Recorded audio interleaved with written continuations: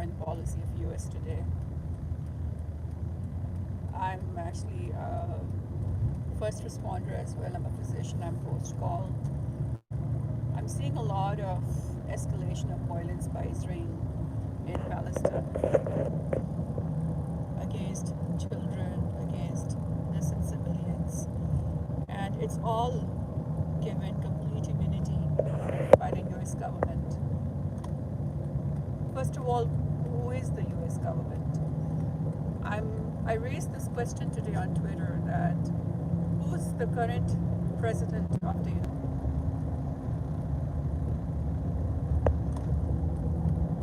Honestly, I got disconnected temporarily, getting reconnected right now. Honestly, I think it's still the deep state. It's an illusion of democracy in the US. There is no democracy here. You get censored on social media if you try to, raise your voice against war crimes of Israel or India, and your exposure gets limited. You are not given enough leverage to be able to do effective campaigns. We have, unfortunately, in US a deep down rotten system that's run by a few elite who think they own the United States of America, and they think they own the 332 million Americans. And the foreign policy of the United States sucks. Right now, as I'm, recording these words, we just got more than 1 million people in US file for Social Security. Means they cannot, fend for themselves anymore. They have to ask the state for help. And these people were fully functional before the last week. And at the same time, the foreign policy of the United States has dictated to completely empower, arm, and fund Israeli war crimes against innocent Palestinians. And also to give complete support to India, in spite of it having now being proven to have committed acts of terrorism and acts of war crimes, not just in Kashmir, but it has used its Afghan consulates against the innocent civilians in Pakistan. In spite of all of that, the State Department have no shame, no conscience, and it's like they have lost even the most minimum tinge of humanity. And so every day there's a carnage of innocent civilians getting slaughtered, getting detained in Palestine and in India and in Kashmir, and they just shrug it off. It's like they're just desensitized. They don't care anymore. All they care about is what has been dictated to them, what has been lobbied to them, what is profitable for them. And what I don't understand is that if making these wars and empowering these war criminals is so profitable for the United States, then how come in the last 1 week we have seen millions of people in America file for Social Security? If this commitment and die-hard love for war criminals, for the foreign policy that seems to be etched in stone, and we don't know where it comes from. Who writes the foreign policy of the United States? If it's a democracy, it should come from the people of the US. It should come from the American civilians. Who's writing this foreign policy? Who is telling these elected senators, these elected representatives, the congressmen, the congresswomen, to do how they are, behaving? Who's telling them all of this? Is it the American people? Is it the American civilians who are telling their congressmen, congresswomen that, hey, you need to continue to pump war crimes in Israel and continue to arm them, continue to fund them, continue to, make them more and more aggressive against the innocent civilians of Palestine, and let them continue to kill children in Gaza. And at the same time, you need to continue to cover up the war crimes of Modi. You need to continue to cover up the human rights violations against the minorities in India.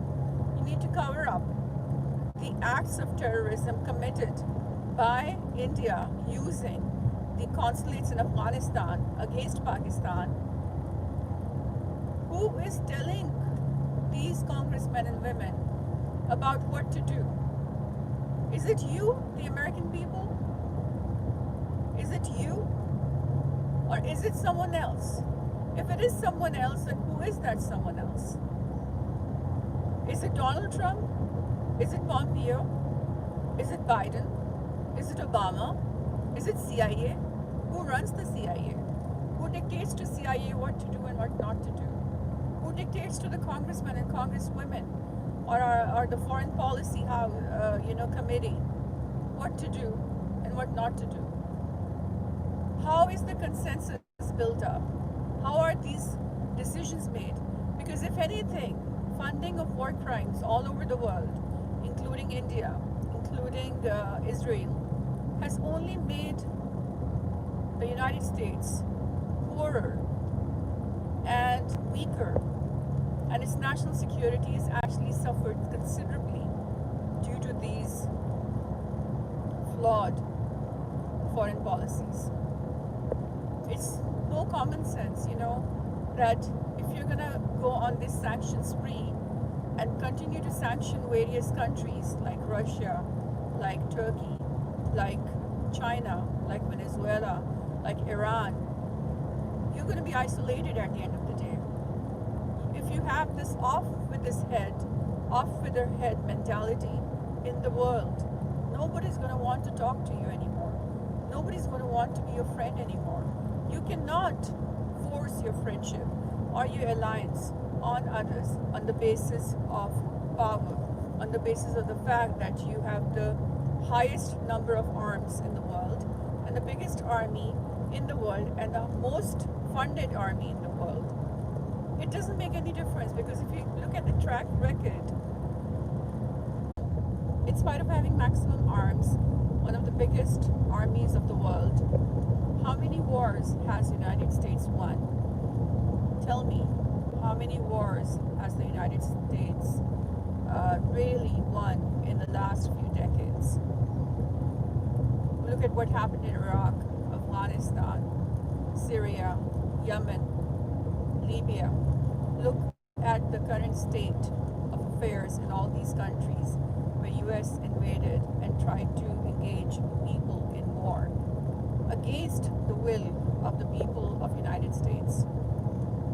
In spite of having all these sophisticated weapons, in spite of having fully loaded soldiers, how many wars have you won? So tell me, how is your foreign policy even helping your country? This country was once a hub of innovation, scientific breakthrough, cutting technology. This country invented so many things, went to moon, did breakthrough research. And where is this country right now? Where is this country right now? Last night, we were out of enough PPEs at the hospital. We were running short of those as the COVID numbers are rising. For the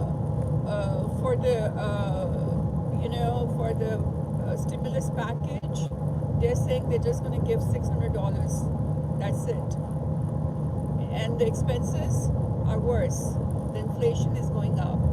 Things are getting more expensive. And are hungry, people are starving, people are getting poorer and poorer. This country is going downhill. This country has been pushed back by 50 years by Donald Trump because of his stupidities and because of his recklessness. And it all has to do with the foreign policy. How did sanctioning China help the economy of US? Tell me. It didn't help the US at all. This was a symbiotic relationship that was benefiting not just China but US as well. And people were making a lot of profit. All these various brands who had their factories in China, they were saving a lot of money, and they were using that money to employ more people in US, to get more people employment. And now they can't do that anymore because of all these sanctions, all these limitations, all these crazy ideas that the current president got. And then what about the Chinese students who just got evicted for no reason at all being profiled and labeled as spies? These Chinese students, they actually wrote more patents than anybody in the last few decades. And they worked hard.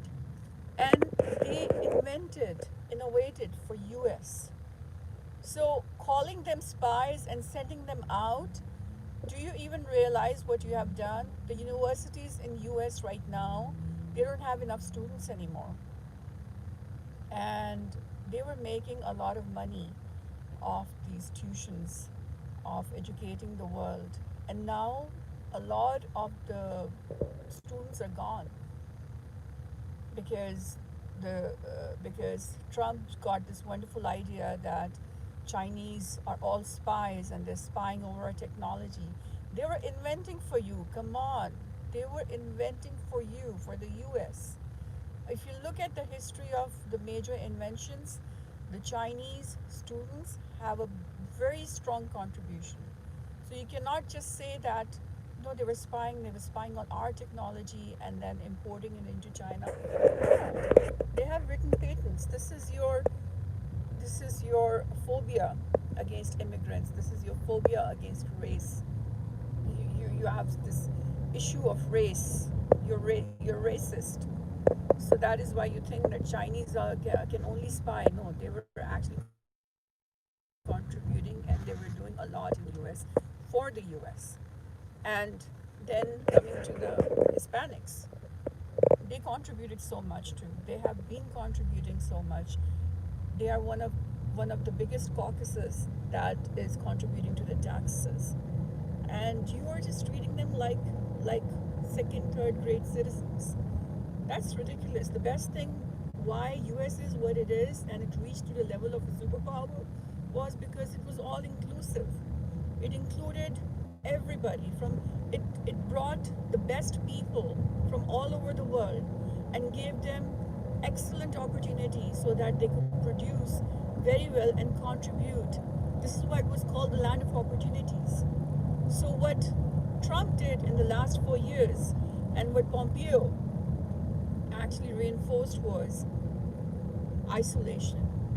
We are above the rest. We are whites or we are whatever, and you're below us, you're inferior to us, and you have no business in US. So this thing has totally isolated the United States of America. And the proof is that every time there is a resolution processed in the United Nations, US is standing alone now with Israel against the rest of the world. And it's about time that you should realize that this isolation policy is really hurting the United States. If you keep on sanctioning various countries, they just put a ban on Russia. Russia cannot participate in Olympics, which is ridiculous. Then China has been sanctioned many times. Iran has been sanctioned many times. Now Turkey is sanctioned. And most ridiculous ideas. The military industrial complex is not happy These warlords are not happy that Turkey bought, weapons from Russia instead of US. And so that's why they sanctioned Turkey. It is the most ridiculous excuse. Iran, we think you're going to make a nuclear bomb. When Obama was running his tenure, he made sure that Iran does not make the nuclear bomb, which Iran has made now due to the stupidity of Trump, by engaging in dialogue, by engaging in constructive, collaborative partnership. And the same thing could have been done with China as well, and Russia, by US during the tenure of Trump. But he chose not to do it. He kept on committing blunders. And then there was the race issue, there was the Black Americans, George Floyd. He started to create his own Blue Lives Matter movement, and I think this is probably why he's lost the election. And there are claims of rigging and everything, but in spite of everything, he's categorically lost the elections. And his chances of being re-elected in 2024 are minimal. Nobody's going to vote for him anymore. And it's only a matter of time that the Republican Party and its members are going to just, lose their confidence completely in him. This is going to happen all because of his stupidities, his campaign to isolate the United States.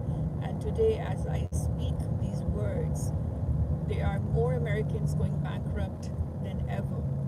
It's one of the greatest, bravest recession that the United States is going to have. And then the whole COVID response was a nightmare. I'm a physician. COVID does exist. It is a disease. We are still in the process of investigating it. And probably by the end of next year, we will have a much clearer picture of what exactly it is and how it causes its pathogenesis and how well we can manage it. But right now we are going through a process of learning and research. And unfortunately, how Trump reacted to the entire COVID-19 outbreak, it's really disappointing. And it is one of the biggest reasons why today the United States is going through a recession. And they're trying to bloat the economy by pumping in artificial money through the feds. But for how long are you going to be able to support the economy like this? In order to support the economy, you need people to work. And people cannot work if the virus is still making them sick. And the vaccine, I don't even trust the vaccine as yet. It has not been tested fully. It's not been researched. It's very premature. And we don't know what it's going to cause at the end of the day. Maybe for 3-4 months you haven't seen any side effects, but what's going to happen after a year? What's going to happen after 3 years? What if people get serious side effects from it? What are you going to do then? And the question is, for how long are the patients going to have that immunity? Are they going to have these vaccines every 4-5 months? That's crazy. And what if, it causes serious, debilitating side effects? What are you going to do? So that is not the perfect plan to manage this disease. The nutshell is, United States has to change its priorities. It has to decide what it wants and how it wants it. And it has to decide what is the best for its people and not what is the best for a few people in a military-industrial complex that everybody loves and that everybody obeys. I know everybody talks about the military-industrial complex, and it's like this talk has been going on in the US, even Eisenhower spoke about it, but nothing was done about it. John F. Kennedy spoke about it. He got assassinated, but nobody does anything about it. Nobody questions these military contractors. Nobody sanctions these illicit, covert military contractors who are technically running the war against terrorism in all the countries that got invaded by US in the last few decades. Nobody's questioning, these secret, covert, games that are being played to profit the military industrial complex. There are no names, there are just companies. Who's running those companies? What are those companies collaborating with? And who are the people involved in carrying on these illicit lobbying activities that force the US congressmen and women to write down and sign various pathetic and very lethal foreign policy decisions? Why aren't these lobbyists exposed? Why aren't they written about?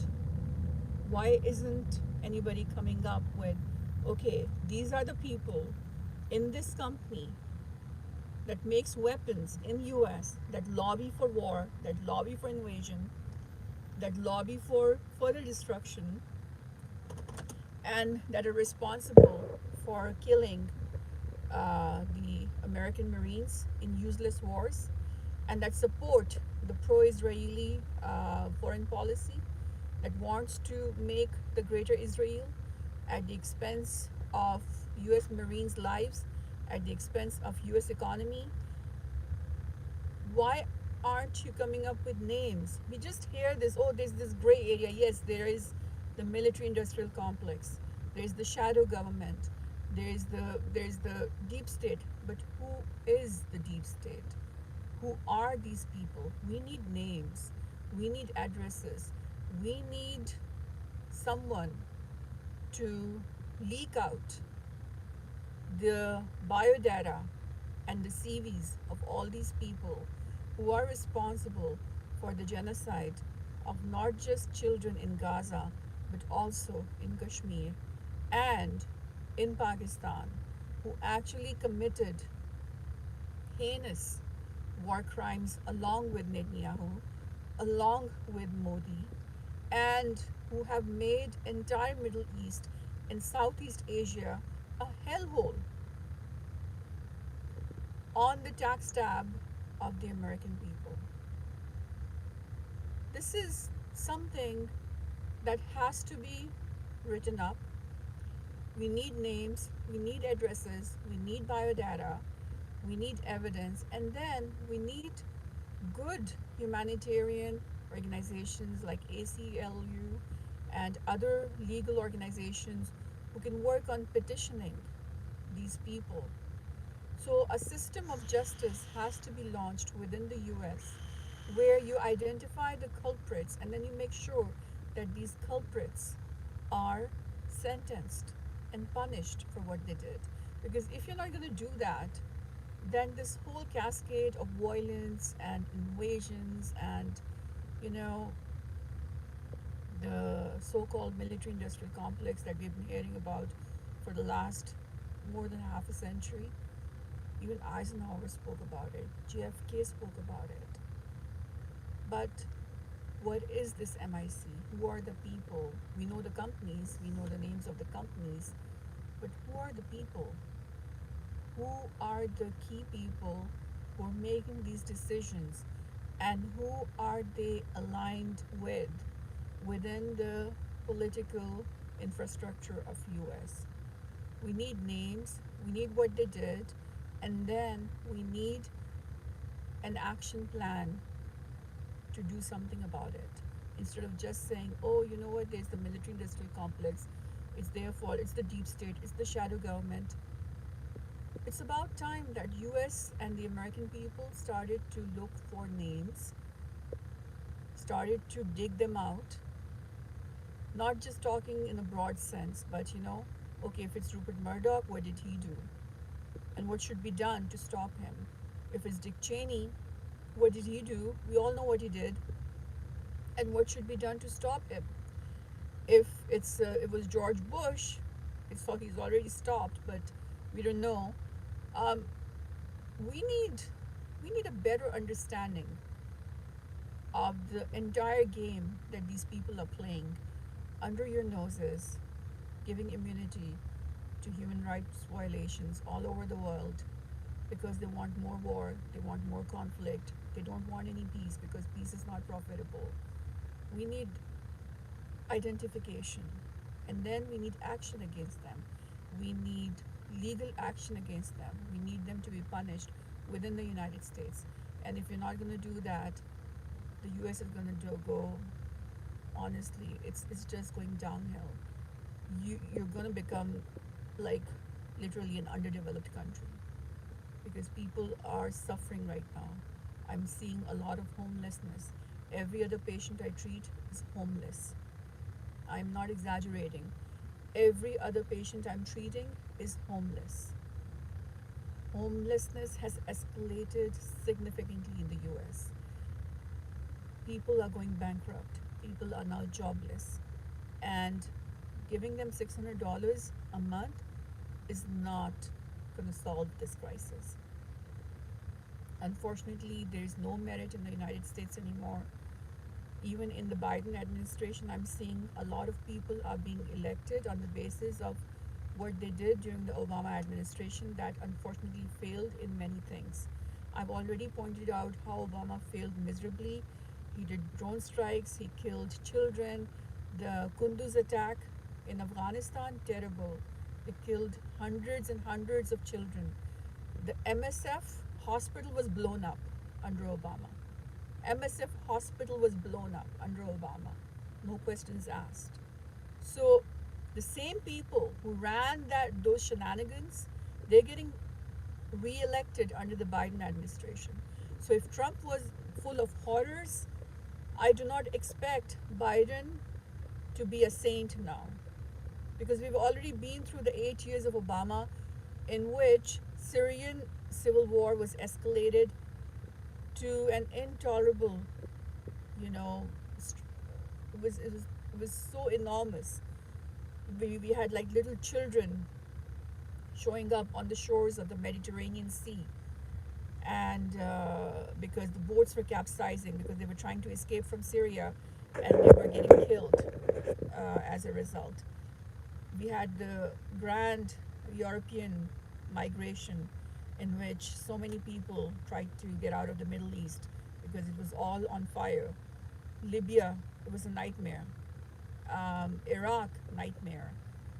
Yemen war started, unfortunately. And we now know that more than 100,000 children are suffering and they're starving in Yemen.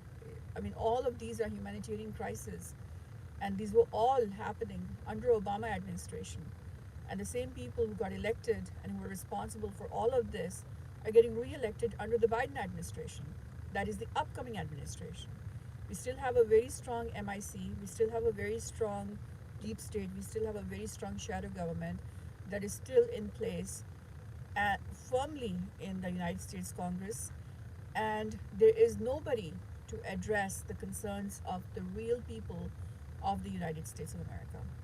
I'm talking about the people that I'm seeing every other day. I'm seeing homeless people. They're American citizens, but they're homeless. They're bankrupt. They don't have money. They've lost their jobs, and so it's basically, and this is not how it was. This has gotten worse. It has escalated to an irrevocable point now due to the COVID,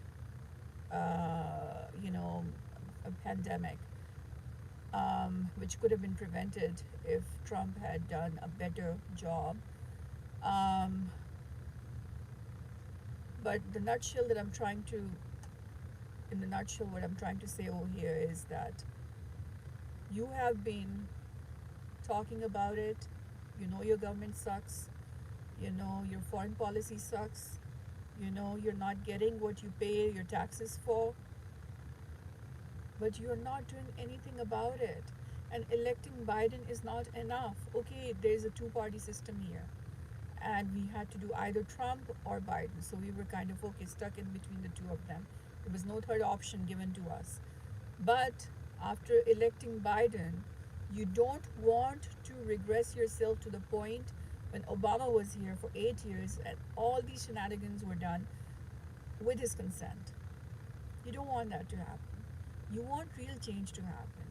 You want this country to be built up again to the point where it can reach the stars, it can innovate for the world, it is all inclusive, it imports the best people from all over the world to innovate, give them healthy environment, and above all, the basic rights of every human, which is their freedom, which is their health, which is their education, which is their safety. These have to be respected. And this is not being done, unfortunately. And then the most important thing is that the foreign policy has to be changed. It has to be written by the people of the United States. It cannot be written by Mr. XYZ, who is in the Congress, who got financed by a military industrial complex related company, or a lobbyist, or a corporation. No, that has to be stopped. And in order to stop that, you have to start identifying people. You have to identify names, addresses, biodatas. You have to identify CVs. And then you have to initiate, launch legal action against those people to stop them, to prevent them from causing more damage than they've already done.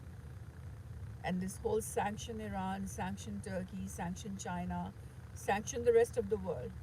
That's where it is right now. US is saying we're going to sanction the rest of the world if they're not going to listen to us.